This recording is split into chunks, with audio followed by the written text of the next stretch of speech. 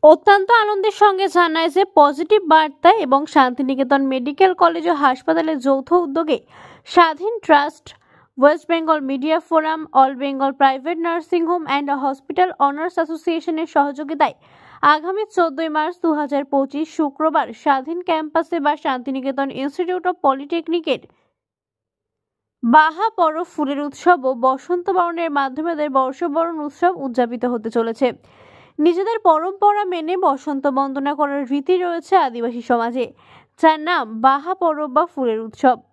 আদিবাসী পরম্পরা অনুসারে বাহা পরবে তারা শাল ফুল নতুন শাল পাতায় রেখে নিবেদন করে দেবতার কাছে, প্রকৃতির কাছে ঋণ স্বীকার করে তারা। এই বাহা পরবের পরেই প্রকৃতির নতুন ফুল ফল পাতাকে নিজেদের জীবনে গ্রহণ করে থাকে আদিবাসী সমাজ। এই উৎসব শুধু রং ও সৌন্দর্য নয়, এটি প্রকৃতির সঙ্গে আদিবাসীদের নিবিড় যোগের প্রতীক।